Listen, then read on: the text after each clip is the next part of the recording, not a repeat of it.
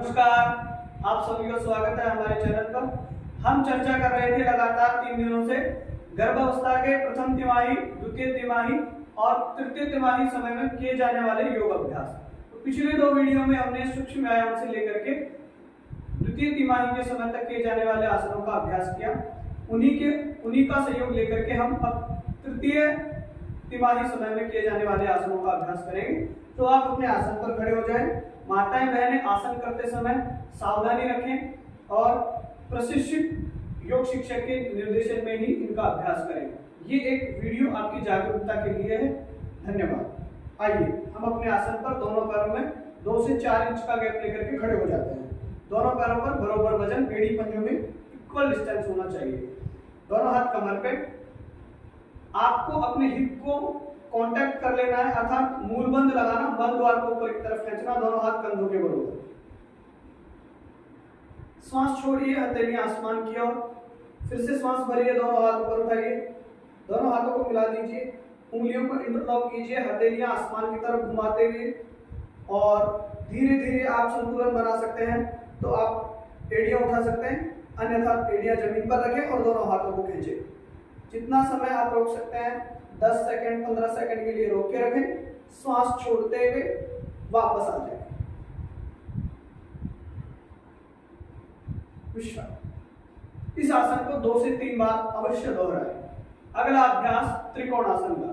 त्रिकोणासन के लिए दोनों पैरों में 3 से 4 फीट का गैप ले लें, जितना हम सहजता से कर सकते हैं, क्योंकि हमें ध्यान रखना है कि हम गर्भावस्था के तीसरे तिमाही समय में किए जाने वाले आसनों का अभ्यास कर रहे हैं।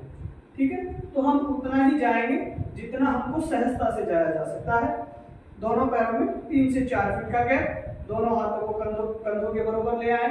श्वास छोड़ते हुए अपनी कमर से ऊपर वाले हिस्से को, जो पैर हमने बाहर निकाला है दाहिना पैर, उस तरफ खींचने का प्रयास करें और श्वास छोड़ते हुए नीचे जाए। अगर आपको सहजता से नीचे नहीं जाया जा रहा है, हथेली पूरी जमीन पर नहीं लगेंगे, तो आप किसी ब्लॉक या अन्य किसी सहायक उपकरण की सहायता ले सकते हैं। अभी आप यहाँ पर अपनी सिर कोण पर अपने हाथ को रखें और हाथ को ऊपर वाले हाथ को सीधा उठाएं।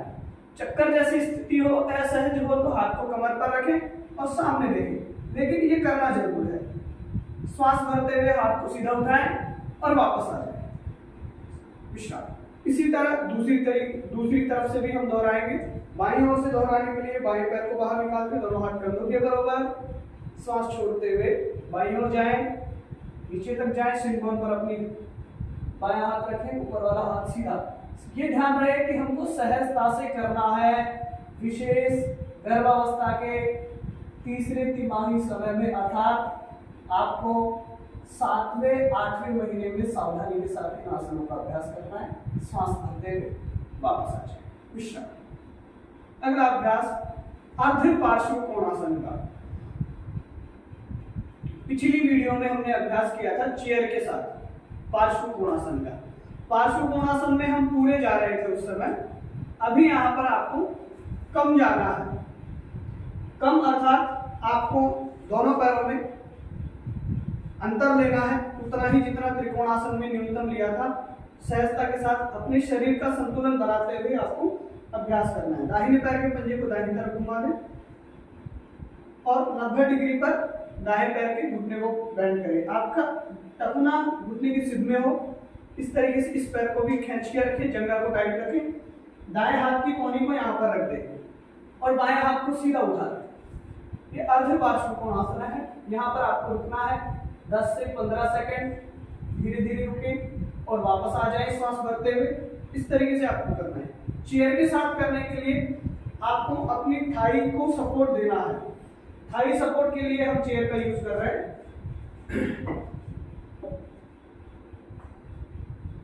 मैंने आपको बताया था ये चेयर थोड़ी सी सामान्य से ऊंचाई पर है, इसलिए हमने ब्लॉक लगाया है। ये पैर हमारा 90 डिग्री पर ही रहेगा। ये हमने इस तरीके से रखा है। वीरभद्रासन का अभ्यास किया था, तो यहाँ पर रुक जाएं और इस तरीके से चलेगा। यहाँ पर 10 सेकंड रुकें। 1 2 3 4 5 6 7 8 9 10। इसमें आपको इंजरी का कोई चांस नहीं होगा। आपको डरना नहीं है, आपको गिरने का भय नहीं रहेगा, आप एक सपोर्ट के साथ करेंगे, इसलिए हमने चेयर के साथ किया है। विश्राम। अगला अभ्यास बैठ कर किए जाने वाले आसनों का हम कर रहे हैं। तो हमने पिछली वीडियो में भी एक आसन का अभ्यास किया था, दंडासन का, जिसमें हम आराम से बैठे हुए थे, दोनों पैर सीधे थे हमारे, और हमने पंजों को अंदर की तरफ खींचा था, एडियो को झुका दिया था, कमर सीधी थी हमारी 90 डिग्री पर, दोनों हाथ साइड में थे, संतुलन बना सकते हैं तो दोनों हाथों को ऊपर उठाएं। ठीक, ये हमने आसन का अभ्यास किया था दंडासन का। अब तृतीय तिमाही के समय के दौरान आपको दीवार का सहारा लेकर के इस अभ्यास को करना है। तो उसके लिए आपको क्या करना होगा कि बिल्कुल सीधे बैठना है, हिप को दीवार के लगा करके इस तरीके से, कमर सीधी रखनी है, दोनों हाथ सीधे, दोनों पैर सीधे, पंजों को अपनी तरफ खींचे, इस तरीके से केवल बैठना है। आपका लोअर बैक दीवार पर लगा रहे पीछे की ओर, इतना ही हमको करना है। अगला अभ्यास सुखासन का। सुखासन अर्थात आपको ऐसे ही बैठना था, ठीक है ना, ऐसे ही बैठना है। हमने पिछली वीडियो में सुखासन का अभ्यास बताया, तो आपको आराम से जिस भी आसन में आप आराम से बैठ सकते हैं, पलथी खोल करके आराम से इस तरीके से बैठे। उस हम जब तृतीय समय के दौरान कर रहे हैं, तिमाही समय में, तो हमको ऐसे पलथी को छोटा और जबरदस्ती नहीं करना, उसको थोड़ा खोल करके रखिए, आराम से बैठिए, कमर सीधी हो। आवश्यकता हो तो आप ऐसा, हम पहले पुराने समय में या हमारे माता पिता के समय में हम पट्टे का यूज करते थे, ये वही पट्टे का काम करती है। तो आप आराम से इस तरीके से बैठ सकते हैं, तो ऐसे बैठने की कोशिश करें, यही सुखासन है। अगला अभ्यास परिवृत्त जानु शीर्षासन का। परिवृत्त जानु शीर्षासन, जैसे हम जानु शीर्षासन करते हैं, उसी को थोड़ा सा साइड एंगल से किया जाता है। आपको इस तरीके से रखना है, दायां पैर फोल्ड कर लें, बायां पैर इस तरीके से रखें, ठीक है। और जितना हम घूम करके दाएं हाथ को बाएं पैर को पकड़ सकते हैं दाएं हाथ से, वैसा पकड़ना है, ऐसे नहीं पकड़ना, बस ये कान के ऊपर से जाना चाहिए बाजू, इस तरीके से हमको जाना है, ठीक है ना। साइड से थोड़ा साइड स्ट्रेच आना चाहिए, और बायां हाथ यहाँ फ्लोर पर रखना है, और इस तरीके से हमको जाना है। इसी तरीके से इस आसन को हमको कम से कम 10 से 15 सेकंड के लिए रोकना है, ठीक। अगर ऐसे नहीं हो रहा है तो हम सपोर्ट यूज कर सकते हैं, यानी किसी भी दीवार के पास कोई कपड़ा बांध दे और उसको पकड़ ले इस तरीके से, बस। इसी तरीके से दूसरी तरफ से हम इस आसन का अभ्यास करेंगे। मैं कोशिश कर रहा हूँ कम समय में आपको पूरा एक्सप्लेनेशन दूं, इसलिए थोड़ा मैं यहाँ पर रुकूंगा नहीं, ठीक है। एक बार इस साइड में आपको रुक करके बता देता हूँ, फिर आपको दोनों तरफ से इसी तरीके से करना है। बस ये पकड़ लिया है और इस तरीके से रुके, ये हाथ आप फ्लोर पर आराम से रखें। 1 2 3 4 5 6 7 8 9 10। सांस भरते हुए वापस आ जाए। इसी तरीके से आपको दोनों तरफ से करना है। अगला अभ्यास उपविष्ट कोणासन का अभ्यास। उपविष्ट कोणासन के लिए आपको दोनों पैर को खोलना होगा, इस तरीके से दोनों पैर जितना हम खोल सकते हैं सहजता के साथ खोल लेना, ठीक। और खुद को आगे की तरफ ले जाना, जहां पर हम सहजता से रुक सकते हैं वहां पर रुकना है। इसमें आपको कोई भी ऐसा निर्देश नहीं है कि आपको चेस्ट को फ्लोर से ही लगाना है, नहीं। हमको केवल लेग को वाइड करके रखना है और कोई भी ऐसा सहारा ले लेना है, बस जिस पर हम अपने दोनों हाथ निकालें, ठीक। दोनों पैरों को अच्छा खोले, थोड़ा लेग स्ट्रेच हो, काफ मसल्स खींचिए, ठीक है ना, और इस तरीके से रुक जाए। यही उपविष्ट कोणासन आपको गर्भावस्था के तृतीय माह, छठे माह के बाद के अभ्यासों में करना है, सहारा लेकर के करना है। इसमें कमर सीधी रहेगी, हम इस सहारे को इस तरीके से रोक सकते हैं, ठीक है। यहाँ पर आप आराम से हाथ रख के रुक जाए। अगला अभ्यास, आराम से दोनों तरफ साथ में जाए। अगला अभ्यास हम मार्जरासन का अभ्यास कर रहे हैं। मार्जरासन जो हमने किया था, पिछली दोनों वीडियो में भी किया है। तो मार्जरासन अभ्यास के लिए दोनों घुटनों को कंधों के बराबर गैप के अनुसार खोल लें, घुटनों के बिल्कुल 90 पर हिप रखें, कंधों के 90 डिग्री पर आपको अपनी हथेलियां रखनी है, इस तरीके से रहना है। क्योंकि मैट अच्छी होगी तो घुटनों में कोई तकलीफ नहीं आएगी, इसलिए आपको मैट अच्छी उपयोग में लेनी है, ताकि हम जब इस तरीके से रहें तो घुटनों पर प्रेशर आए तो इंजर्ड नहीं हो। इस तरीके से बिल्कुल बहुत आराम से आपको ये अभ्यास करना है। सांस भरते हुए ऊपर की तरफ जाना है, लोअर बैक मिडिल स्पाइन को नीचे की ओर पुश करना है। एक्सहेल, श्वास छोड़ते हुए ठुड्डी को कंध से लगाना है और मिडिल और लोअर स्पाइन को ऊपर की तरफ धकेलना है।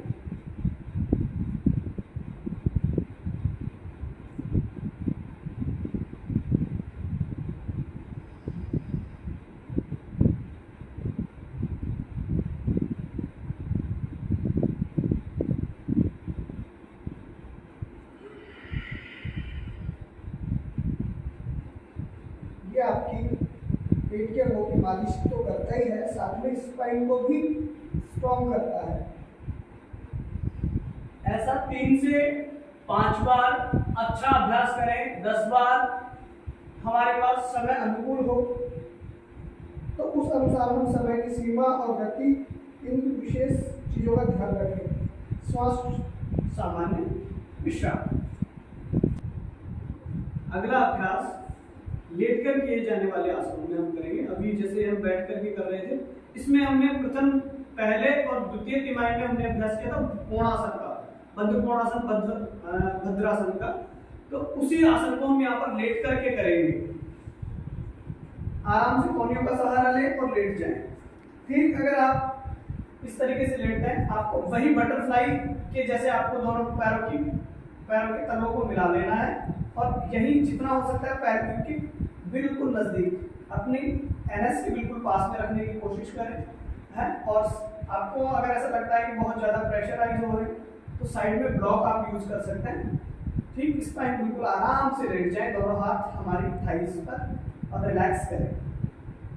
इनको आउटरली प्रैक्टिकली आपको आउटर फोर्स नहीं देना है, बाहरी इनको ग्रेविटी फोर्स से नीचे जाने देना है घुटनों को।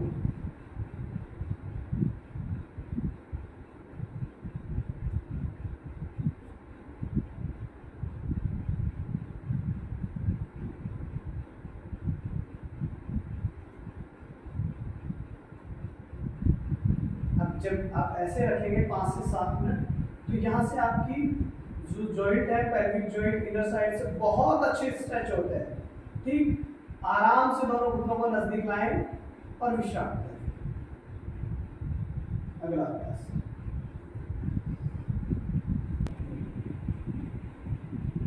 दोनों पैर सीधे कर लें,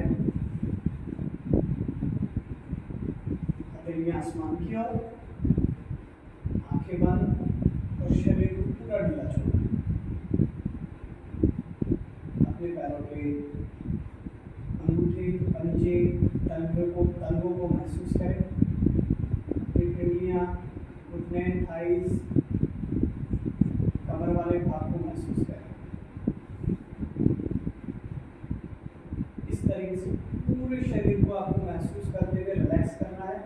अच्छी ब्रीथ करनी है और 3 बार मकार का, उकार का, उकार का, ये उच्चारण आपको डिफरेंट टाइप में करने हैं, एक साथ नहीं करने।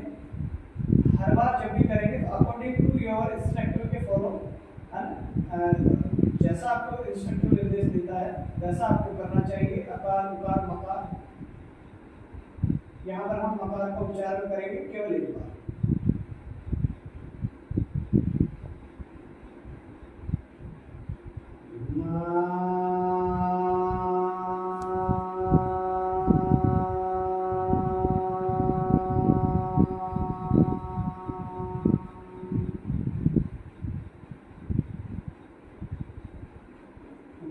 शरीर बिल्कुल शिथिल और सहज।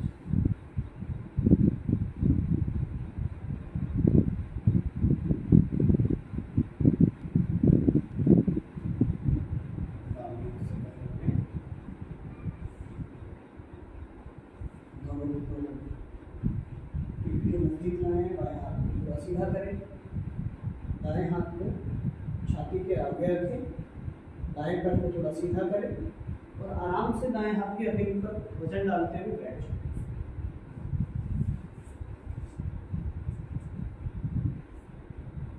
अगला हम अभ्यास नाड़ी शोधन का कर रहे हैं। नाड़ी शोधन प्राणायाम अनुलोम विलोम प्राणायाम का ही एक रूप है। इसमें आपको थोड़ा सा श्वासों को नियंत्रित करते हुए अभ्यास करना होता है।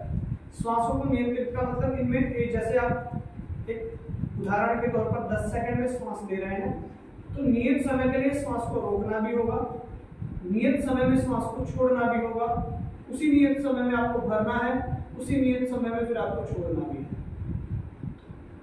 नासिक की मुद्रा बना लें, दाहिने हाथ से दाहिनी नासिका को बंद करें, बाहिनी नासिका से श्वास भरें, बायां हाथ ज्ञान मुद्रा में हो।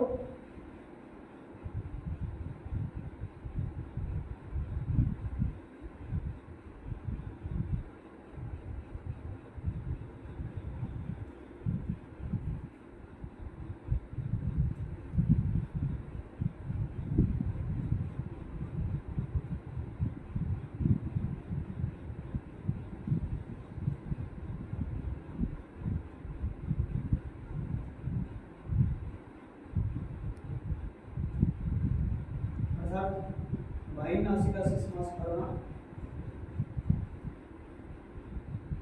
दाई नासिका से श्वास को छोड़ना,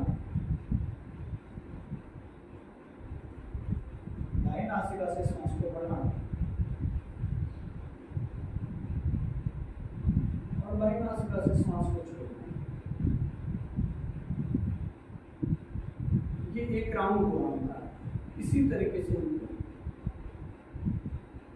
5 से 10 राउंड कम से कम प्रतिदिन करने चाहिए।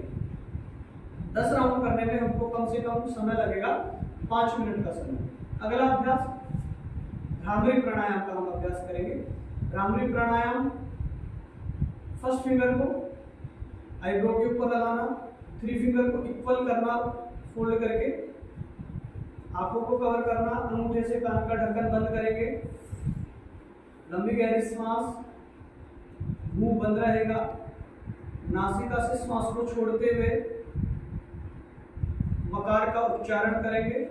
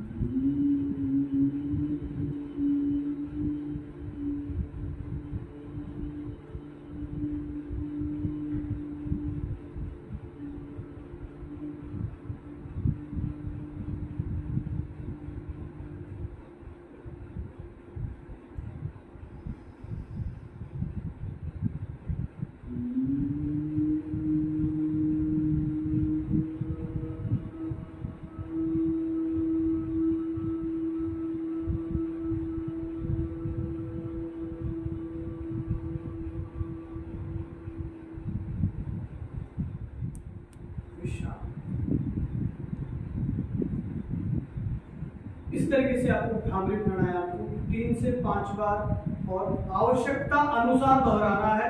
3 से 5 बार का ही नियम नहीं है, आप इसे अधिक बार भी दोहरा सकते हैं। अगर आपको एंजाइटी, स्ट्रेस इस अवस्था में सबको रहता है, तो अकॉर्डिंग टू उसके लेवल के आपको इनका अभ्यास ज्यादा करना चाहिए। मंत्रों को सुनना है। इसके बाद हमारा अभ्यास है शीतली प्राणायाम। शीतली प्राणायाम का अभ्यास हम हमारे पिछली दोनों वीडियो में हमने किया है, तो इसलिए मैं यहाँ पर केवल एक ही बार शीतली प्राणायाम आपको करके बताऊंगा। शीतली प्राणायाम के लिए दोनों हाथ इस तरीके से रखें, अपनी जीवा को बाहर निकालें और नली का आकार दें। अब इस नलिका से आपको श्वास भरना है। श्वास भरते हुए नलिका मुंह से श्वास भरना है और नाक से छोड़ना है। यही शीतली प्राणायाम है, ये आपको शीतलता प्रदान करता है।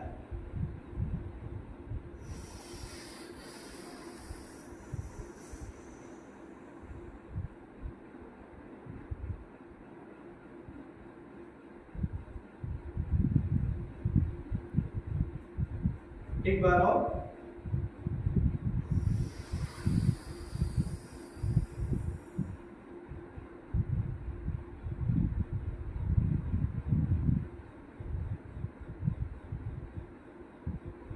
इस तरीके से आपको शीतली प्राणायाम का अभ्यास करना है। इसके बाद हम लोग को ध्यान करना है।